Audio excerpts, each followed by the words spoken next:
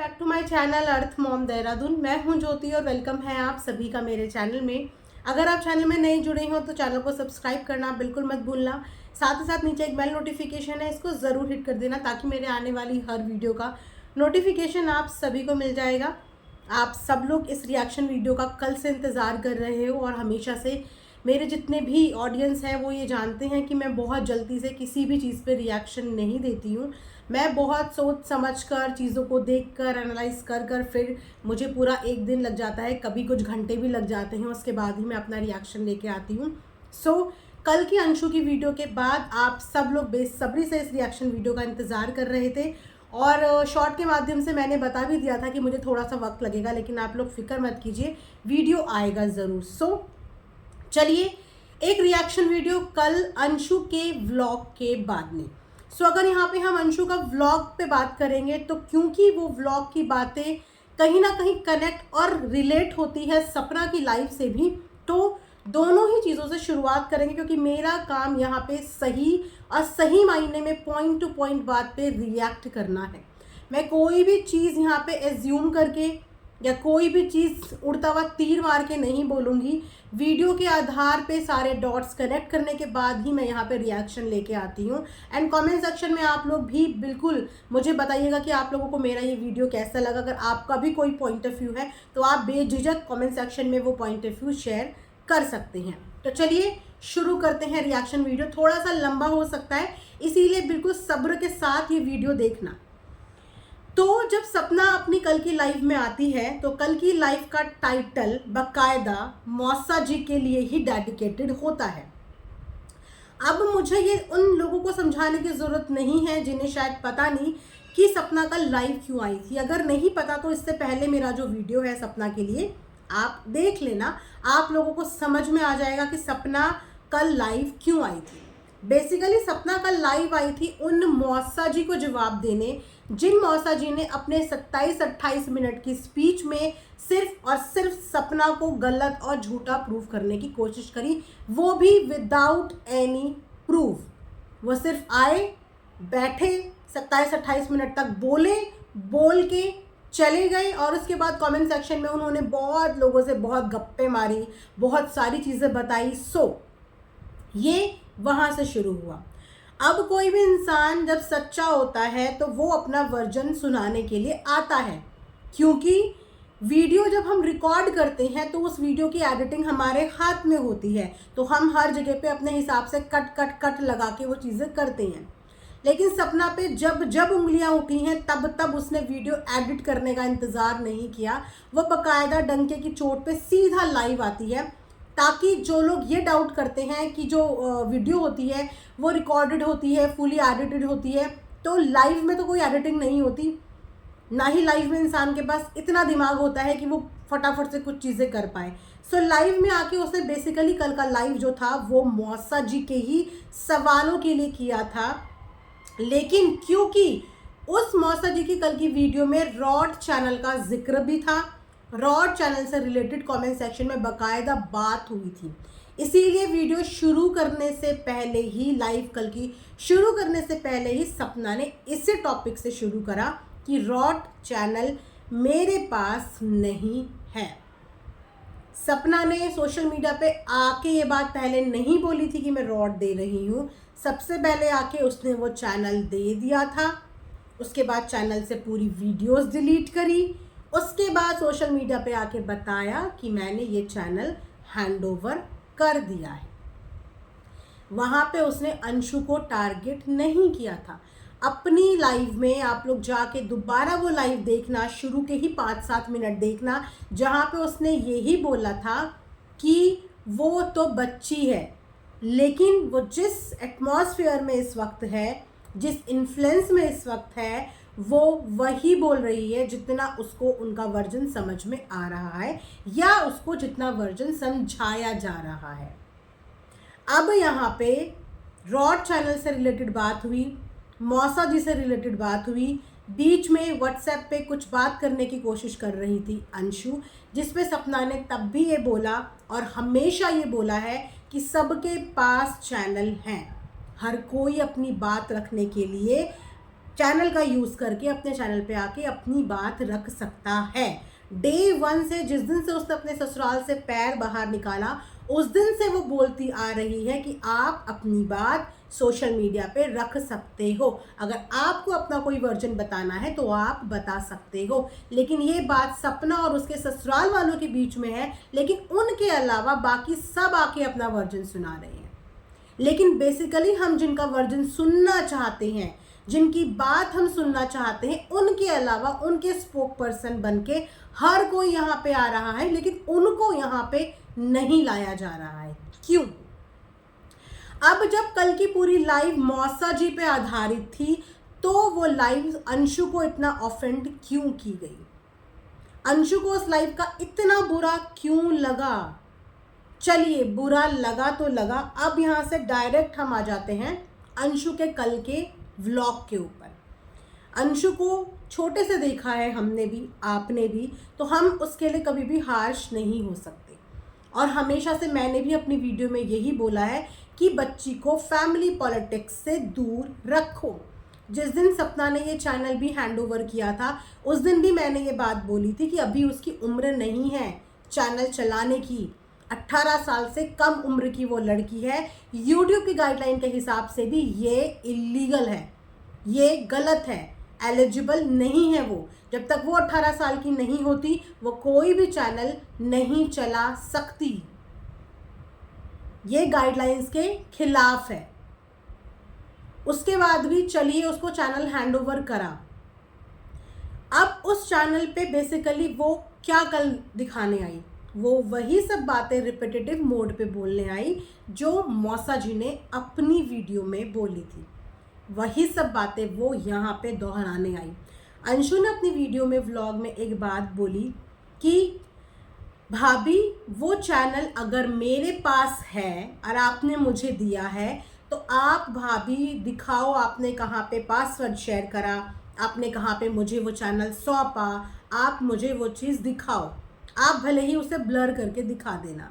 So my dear Anshu, जब आपने भी आके हैकिंग की बात यहाँ पे करी थी, तब हमने भी आपको बोला था आपके पास जो हैकिंग अटैम्प्ट हुआ है, जब हैकिंग अटैम्प्ट होता है तो हमारे को पता है कि कैसी मेल आती हैं, सारे यूट्यूबर्स बहुत अच्छे से जानते हैं।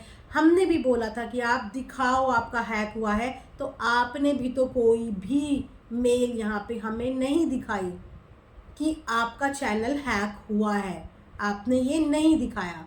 अब आज भाभी से प्रूफ मांग रहे हो, लेकिन भाभी के पास प्रूफ होंगे। आपकी भाभी प्रूफ्स की भंडार है, क्योंकि लाइफ में उन्होंने इतनी ठोकरें खा ली हैं और शायद वो हर ठोकर में आपने अपनी आंखों से विटनेस किया है।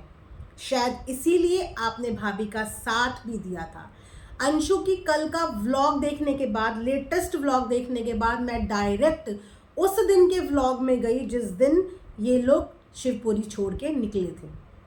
उस दिन का अंशु का व्लॉग आप लोग दोबारा जाके देखना, और उसके बाद अंशु का लेटेस्ट व्लॉग आप दोबारा जाके देखना। दोनों बातों में, दोनों स्टेटमेंट्स में ज़मीन आसमान का फ़र्क है। दोनों बॉडी लैंग्वेज में ज़मीन आसमान का फ़र्क है। उस पुराने व्लॉग में ये खुद अपने मुंह से ये चीज़ें बोल रही हैं कि भाभी ने बहुत बर्दाश्त किया है और मैंने भाभी को फ्री कर दिया कि आप अपनी ज़िंदगी अब जियो। मैं भाभी को सपोर्ट करती थी, इसीलिए मुझे ये रीज़न बनाया जाता था कि मेरी वजह से झगड़े हो रहे हैं। साफ तौर पे इन्होंने अपनी वीडियो में बोला है कि अंशु को इन झगड़ों की वजह बताया जाता था कि अंशु की वजह से उनके बीच में झगड़े हो रहे हैं और इसीलिए अंशु वहाँ से जा रही है। और मैं भाभी को यही बोलूँगी कि आप भी अपनी लाइफ अच्छे से जियो। मेरे लिए वो यहाँ रुकी थी, यही स्टेटमेंट थे ना कि मेरे लिए रुकी थी और आपके जाने के बाद भाभी भी चली गई। ये इन्हीं के वर्ड्स हैं, ये इन्हीं के वर्ड्स हैं। उसके बाद कल की वीडियो में रॉड चैनल के प्रूफ्स ये अपनी भाभी से मांग रही हैं, लेकिन क्या इन प्रूफ्स की ज़रूरत है? क्या ये बात ऑडियंस नहीं जानती कि अंशु सपना के साथ कितने सालों से वहाँ पे थी? सपना की लाइफ में जब भी ट्रेजेडीज़ हुई हैं, उन वक्त पे उन वीडियोस को अपलोड करने वाली अंशु ही होती थी। थंबनेल अंशु बनाती थी। सपना की बहुत सारी चीज़ों में उस वक्त पे हेल्प अंशु करती थी। तो अंशु से कोई भी पासवर्ड छुपे हुए नहीं थे। कोई भी चीज़, कोई भी एक्सेस अंशु से छुपा हुआ नहीं था। तो क्या स्पेशली अंशु को पासवर्ड प्रोवाइड किए जाते जबकि अंशु के पास एक्सेस ऑलरेडी है?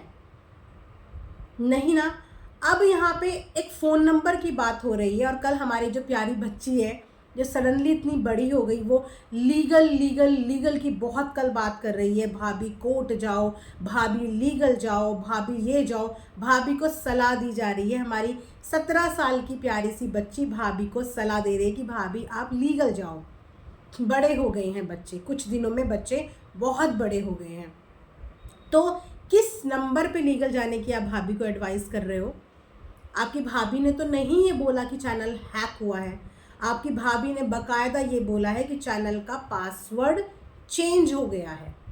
लेकिन जिस ईमेल से वो चैनल क्रिएट होता है उसमें एक नंबर डलता है, जो नंबर चेंज तब हो सकता है जब आपका उस नंबर पे OTP जाएगा। सो उस चैनल का पासवर्ड चेंज हुआ है, लेकिन उस पर नंबर अभी भी वही है। पासवर्ड चेंज हुआ है लेकिन अभी सपना के पास वो इसीलिए नहीं आ पा रहा है क्योंकि वो नंबर राजवीर जी का नंबर है। सपना ने ये बात ऑन सोशल मीडिया बोली हुई है। उसने ये नहीं बोला कि मेरा चैनल हैक हो गया, उसने बोला कि चैनल का पासवर्ड वगैरह चेंज हो गया है, लेकिन उस चैनल पे एक नंबर है जो नंबर राजवीर जी का था, लेकिन वो नंबर ढूंढना पड़ेगा। वो किसी पुराने फ़ोन में कहीं रखा हुआ है, उस नंबर को ढूंढना पड़ेगा, ये बोला है। तो किस नंबर की कंप्लेन कराने को बोल रहे हो? अपने भाई के नंबर की कंप्लेन तो शायद उस वक्त पे बाय डियर अंशु आपको करानी थी। आपका चैनल हैक हुआ था, कोई आपके चैनल पे हैकिंग अटेम्प्ट कर रहा था, आपने साइबर कंप्लेन क्यों नहीं करी? आज भाभी को, भाई के ही नंबर को साइबर कंप्लेन करने की आप बात कर रहे हो, उसके बाद कोर्ट कचहरी की बात कर रहे हो। चलो, किसी के मुंह से तो कोर्ट कचहरी का जिक्र और नाम निकला। आज एक छोटी सी चीज़ के लिए भाभी को कोर्ट कचहरी की एडवाइस दी जा रही है। जब भैया की डेथ हुई थी उस वक्त पे कोर्ट कचहरी के लिए क्यों नहीं एडवाइस की गई? जिस वक्त पे उस घर से निकलने की बात हो रही थी उस वक्त पे भाभी को कोर्ट कचहरी की एडवाइस क्यों नहीं दी गई? आपके घर में बहुत सारे ऐसे इंसिडेंट हुए हैं जिन इंसिडेंट में कोर्ट कचहरी की ज़रूरत थी, पुलिस कंप्लेन की ज़रूरत थी, लीगल जाने की ज़रूरत थी। आप में से कोई उस चीज़ के लिए लीगल नहीं गया। आज भाभी को सिर्फ एक नंबर के लिए, जो नंबर भैया का है, उस पर लीगल जाने के लिए एडवाइस करी जा रही है। ये कहाँ से जस्टिफाई है? कल की अंशु की क्लिप में हर 15 से 20 सेकंड में एक कट होता था, हर 15 से 20 सेकंड में एक कट, और हर कट के बाद एक नया टॉपिक पे वो बात करती थी, एक नए टॉपिक पे वो बात करती थी। प्रॉपर्टी तक की बात बच्चों के मुंह से बुलवाई जा रही है। मतलब घर में बात करने के लिए जब बड़े लोग आए थे तो प्रॉपर्टी की बात बच्चे के मुंह से क्यों करवाई जा रही है? बड़े इस बारे में बात क्यों नहीं कर रहे हैं? आज अंशु और सपना को एक दूसरे के खिलाफ खड़ा कर दिया है, एक दूसरे के खिलाफ।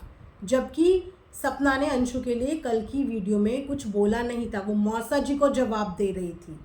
उनकी जो लड़ाई है वो घर के बड़ों से है, लेकिन अंशु बीच में, बड़ों के बीच में किस हक से बोली? किस हक से उस बच्चे को बीच में बोला गया? जबकि हमारे संस्कार यही सिखाते हैं कि बड़ों की लड़ाई झगड़ों में बच्चों को इन्वॉल्व नहीं होना चाहिए। लेकिन यहाँ पे प्रॉपर्टी लीगल एडवाइज़र कौन देने आ रहा है? अंशु को भेजा जा रहा है कि जाओ और ये एडवाइस करो, जाओ और ये एडवाइस करो। बिल्कुल सही बोला बेटा ने, अंशु बच्चे ने, कि भाभी वो प्रॉपर्टी आपकी ही होगी, आपको ही वो प्रॉपर्टी मिलेगी सूनर और लेटर। बिल्कुल सही बोला, लेकिन प्रॉपर्टी तो बेटा तब मिलेगी ना जब वो प्रॉपर्टी बचेगी। लेकिन जब वो प्रॉपर्टी बिक जाएगी तो वो प्रॉपर्टी बेटा भाभी को नहीं मिलेगी, क्योंकि उस प्रॉपर्टी को तब आप इन कैश कर लोगे, और कैश प्रॉपर्टी में आपकी मर्जी, आप किसी को भी वो कैश दे दो तो प्रॉपर्टी ही आगे वाली जनरेशन को मिलती है। लेकिन जब वो प्रॉपर्टी बिक जाती है, बेच दी जाती है, तो फिर उस प्रॉपर्टी का क्या मिलेगा? उसका कुछ भी नहीं मिलेगा। उसके बाद एक और बात यहाँ पे की गई, जहाँ पे ये बोला गया कि शिवी, माय गॉड, मतलब शिवी को बचाने के लिए आज मैदान में कितने सारे लोग उतर गए हैं, जस्ट बिकॉज सपना को गलत साबित करना है। तब ये लोग कहाँ थे जिस वक्त पे सपना और शिवी का कंट्रोवर्शियल मैटर चल रहा था? तब सब पीछे से बैठ के इस बात का तमाशा देख रहे थे, बिकॉज दे वर एक्सपेक्टिंग कि कुछ बड़ा होगा तो और मज़ा आएगा। लेकिन चीज़ें 2 दिन के अंदर निपट गई। शिवी अपनी नॉर्मल व्लॉगिंग में लग गई, सपना अपनी व्लॉगिंग में लग गई, वो मैटर वहीं के वहीं क्लोज हो गया। लेकिन क्योंकि उस मैटर की आड़ में सपना को और नीचे गिराना है, तो पहले मौसा जी ने वो मैटर अपने कमेंट सेक्शन में उठाया, उसके बाद सेम चीज़ यहाँ पे अंशु ने कर दी।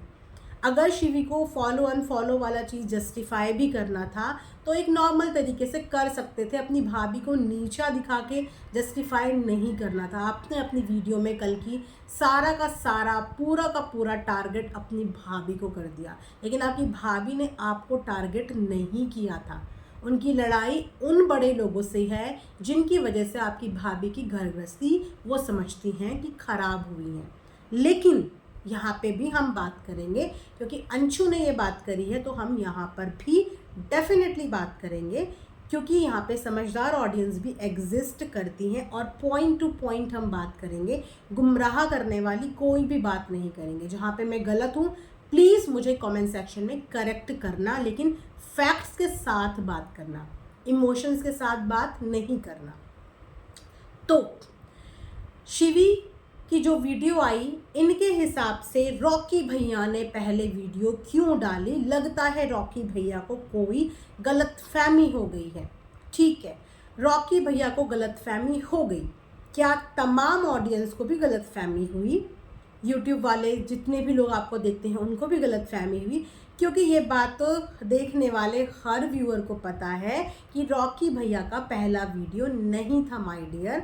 R&D थोड़ा ठीक से करना था। जब भी कोई स्टेटमेंट देने सोशल मीडिया पे आओ तो होमवर्क हमेशा अच्छे से करना चाहिए। पहला जो टॉन्ट था वो आपकी प्रिय शिवी दीदी का ही था। उन्होंने अपनी वीडियो में बहुत गंदे तरीके से टॉन्ट मारा था, जिसमें आपकी भाभी को एक तरीके से उन्होंने इंसल्ट किया था। उनके परिवार वालों के लिए बोल के अपने घर में तोड़ने वाली बात उन्होंने करी थी, जिसके बाद उनके कमेंट सेक्शन में आपकी भाभी के लिए इतने प्यारे प्यारे कमेंट्स आने लग गए, इतने प्यारे प्यारे कमेंट्स आने लग गए। उनके ये स्टेटमेंट के बाद आपकी भाभी के लिए इतनी प्यारी प्यारी वीडियोस बनने लग गई, इतनी प्यारी प्यारी वीडियोस बनने लग गई। उनको क्या क्या नहीं बोला गया। उसके बाद उसके जवाब में आपकी भाभी नहीं, रॉकी भैया ने आके वीडियो बनाई और अपना वर्जन बताया, क्योंकि पहला वर्जन लेके डायरेक्टली इनडायरेक्टली शिवी दीदी आई थी। एक बार जाके इस चीज़ को क्रॉस चेक ज़रूर करना, बाकी ऑडियंस को ये बात ऑलरेडी पता है। ठीक, तो यहाँ पे ये वाला पॉइंट भी इनका गलत प्रूव होता है। उसके बाद इन्होंने बोला कि वो जो ऑडियो थी, वो जो वीडियो थी, वो तो बहुत पुरानी थी। उस समय पे हम शिवपुरी रहते थे, उस वक्त पे भी लड़ाइयाँ हुई थी, प्रॉब्लम्स हुई थी, जिसके बाद हमने शिवी दीदी को दोनों ने अनफॉलो कर दिया था। लेकिन उसके बाद सॉरी वॉरी बोला तो चीज़ें सॉर्ट हो गई और वापस से हम एक दूसरे को फॉलो करने लगे। इन्होंने अपनी कल की बात में एक और चीज़ का भांडा फोड़ दिया कि जो शिवी है उसके घर में और सपना के बीच में पहले से भी प्रॉब्लम होती रहती थी, लेकिन सॉरी बोला था तब जाके फॉलो बैक किया था। मतलब पहले भी ये हुआ था, सपना ने पहले भी चांस दिया था, उसने पहले भी बवाल नहीं करा दोस्ती के लाज में। किसी को भी ये बात हमें नहीं पता थी कि आपकी और उनकी पहले भी झगड़े हुए थे। देखो, अगर आपकी भाभी को उन्हें डिफेम करना होता तो वो उस समय का झगड़ा भी बताती, लेकिन ये तो आपने बता दिया कि उनके साथ आप लोगों के पहले भी झगड़े हुए थे, पहले भी कलेश हुए थे। चलो, उसके बाद इन्होंने कहा है कि वीडियो पुरानी है। अंकल की ऑडियो अभी भी रॉकी भैया के चैनल पे है। अगेन जाके जिनको भी इस बारे में डाउट है, आप उस ऑडियो को बकायदा दोबारा से रिपीटेटिव मोड पे, स्लो मोशन पे सुनना, जहाँ पे अंकल जी ये पूछ रहे हैं सपना से कि बेटा हम तुझसे मिलने आ रहे हैं, और सपना कहती कि नहीं, मैं ग्वालियर से चली गई हूँ, मैं शिवपुरी नहीं हूँ, मैं ग्वालियर से चली गई हूँ। तो वो ऑडियो पुरानी नहीं, वो लेटेस्ट ऑडियो थी। और अगर वो पुरानी होती तो उस चीज़ का जवाब देने के लिए शिवी दीदी अगले दिन वीडियो बना के आई थी लंबी चौड़ी। सबसे पहला सवाल वो यही बोलती कि जो ऑडियो डाली मेरे पापा जी की, ये तो पुरानी ऑडियो है, ये तो लेटेस्ट है ही नहीं। आपको ये स्टैंड लेने की ज़रूरत ही नहीं होती, वो खुद आके ये बात बोलती कि जो आप लोगों को सुनाया गया फ्रेंड्स वो पुराना है, वो लेटेस्ट मैटर है ही नहीं, ये तो पुराना झगड़ा है। उन्होंने तो इस बारे में कुछ भी जिक्र नहीं करा, इतने दिन तक भी नहीं करा, तो आप ये नई नई स्क्रिप्ट के साथ कैसे आ गई बिना होमवर्क करे हुए? जबकि वो ऑडियो, वो बातचीत सारी लेटेस्ट हैं, सारी की सारी लेटेस्ट हैं, लेकिन आपने उनको पुराने झगड़े में कन्वर्ट कर दिया। सो स्वीट हार्ट, यहाँ पर भी आप झूठी प्रूव हो गई, गलत प्रूव हो गई। चलिए, उसके बाद आते हैं गोल्ड वाले मैटर पे। हमारे हिसाब से जो ऑडियंस को दिखाया गया वो ये दिखाया गया कि सपना ने गोल्ड अंशु को दे दिया है। अगेन आपने यहाँ पे भी एक और चीज़ प्रूव कर दी। आपने बकायदा अपने मुंह से खुद बताया कि सपना वो गोल्ड देने आई, आपने वो गोल्ड लिया, लेकिन उसके बाद जब आपने अपने पापा से पूछा तो उन्होंने मना किया, फिर आपने डिनाई किया, सपना को वापस किया, लेकिन सपना ने भी वो वापस नहीं लिया, वो खेत में फेंक कर चली गई। आपने यहाँ पे वापस से अपनी भाभी का स्वाभिमान हमें दिखा दिया, उनका स्वाभिमान हमें दिखा दिया कि जो चीज़ उनकी नहीं वो चीज़ वो लेती नहीं। अपने हिसाब से उन्होंने आपको वो दे दिया क्योंकि आप ही के घर के पास, आप ही के घर के खेतों में वो चीज़ वो फेंक कर वापस चली गई, वो उस जगह पे नहीं रहती। अपने साथ वो आपकी चीज़ नहीं लेके गई, वो देने आई थी और आपको देकर ही गई। चाहे आपने वो एक्सेप्ट करा, चाहे वो खेतों में फेंका, उसके बाद उस खेतों से क्या किया ये आप लोगों को पता होगा, लेकिन वो आपको देने आई थी और देकर चली गई। आज की डेट में जो गोल्ड है वो सस्ता नहीं है। एक मिनिमम सी चेन भी गले की बात करें तो 1 तोले की बनती है, यानी कि 10 ग्राम की। और अगर गोल्ड के आज के करंट रेट की बात करें तो 73,000 के अराउंड में आज करंट रेट है गोल्ड का। उसके बाद मेकिंग चार्जेस आप जोड़ लो तो मिनिमम अगर वो 10 ग्राम की चेन भी है ना तो उसकी कॉस्ट आपको अराउंड 89-90,000 के अराउंड पड़ेगी, प्लस उसमें इयररिंग्स थे, प्लस उसमें चांदी की पायल थी, एंड आई थिंक एक रिंग भी थी। सो 1.5-2 लाख वो आपको दे के चली गई थी।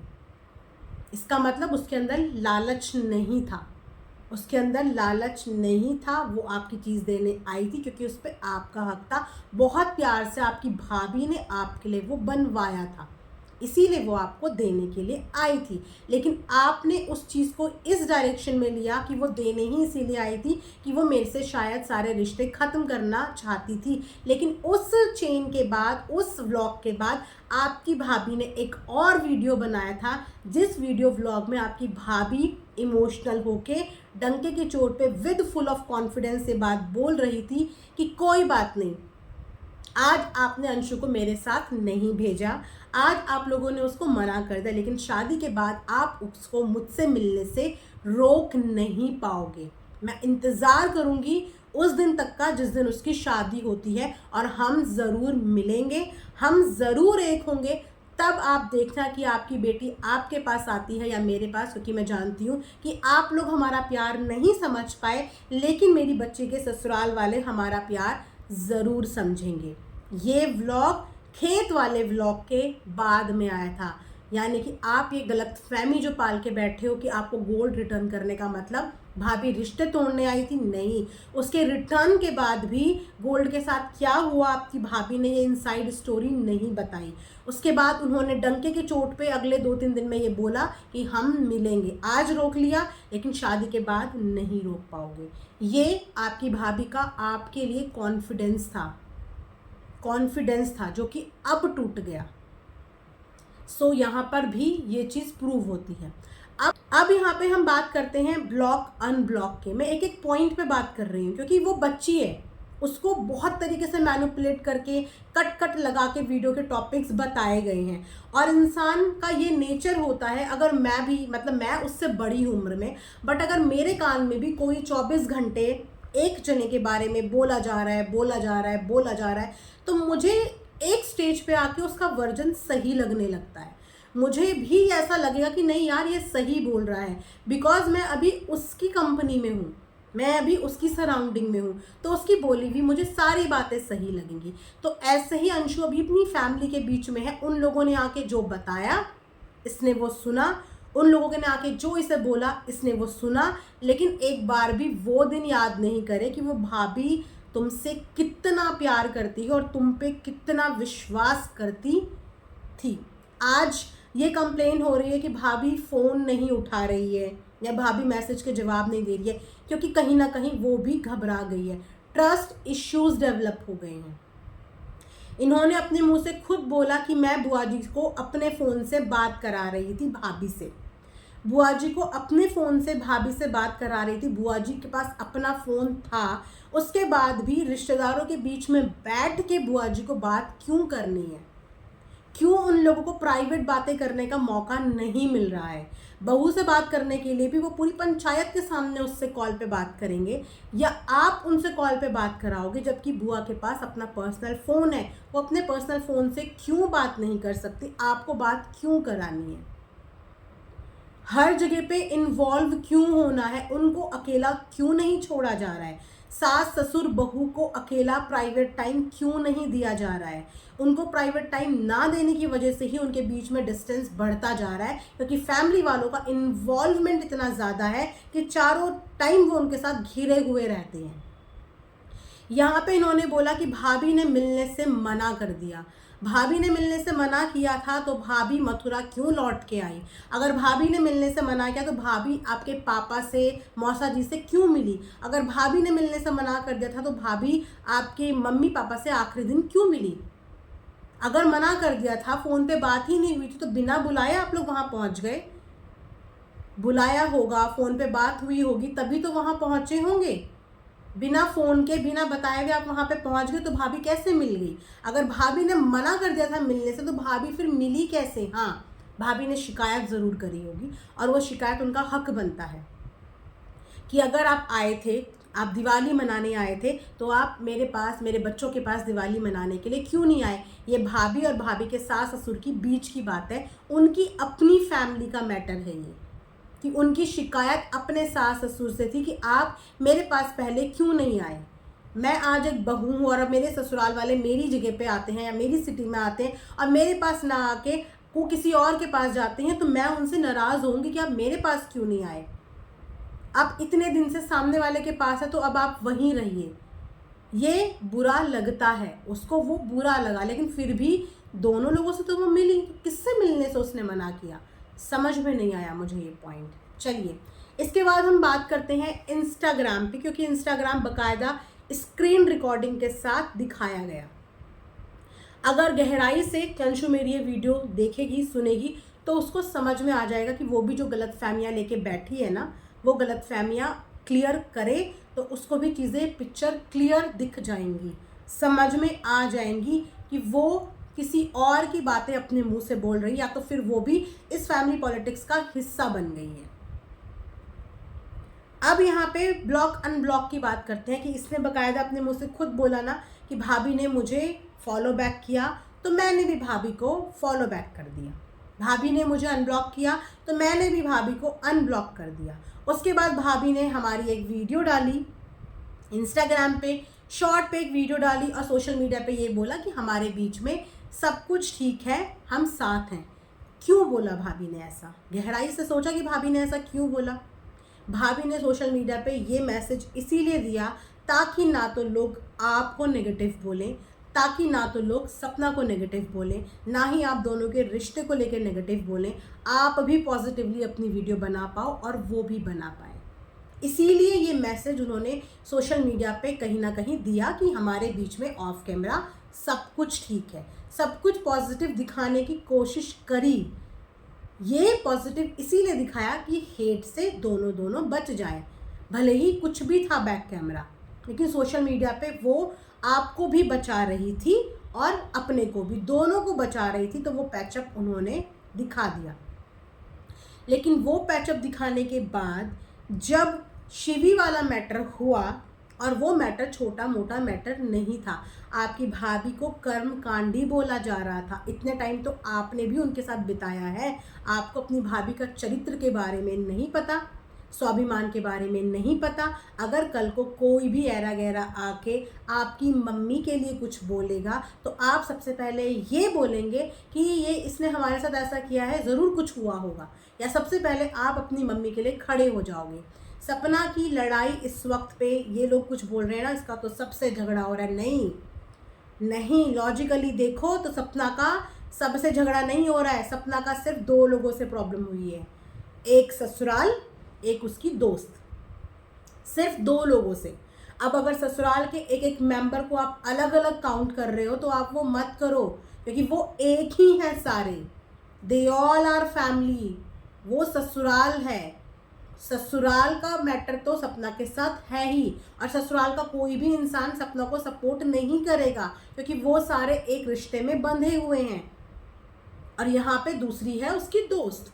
सिर्फ 2 लोगों से प्रॉब्लम है, हर किसी से नहीं है, सिर्फ 2 इंसानों से, 2 लोगों से, एक पूरी फैमिली और एक वो अकेली जो उनकी दोस्त है। ठीक है, ऐसा मैटर है यहाँ पे। तो वहाँ पे उस बंदी ने, उसके पति ने जो भाभी को बोला, और आप 2 दिन के बाद उसकी रील लाइक कर रहे हो, उसको फॉलो कर रहे हो, खुद अपनी ज़ुबान से आपने ये बात बोला कि मेरा रिश्ता तो बाद में है, पहले तो भाभी का ही है, वो भाभी की फ्रेंड है। अगर वो भाभी की फ्रेंड नहीं रही तो कायदे से फिर तो वो आपकी भी नहीं रही ना, क्योंकि ये बात आपने खुद बोली।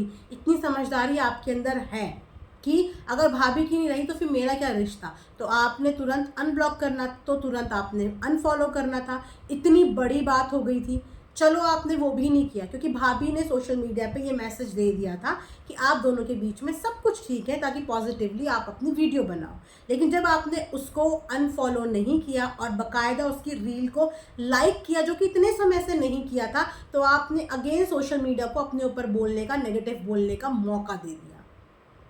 और आपकी भाभी ने 2-3 दिन पहले ये मैटर शांत कराया था कि अंशु और मेरे बीच में कुछ नहीं है।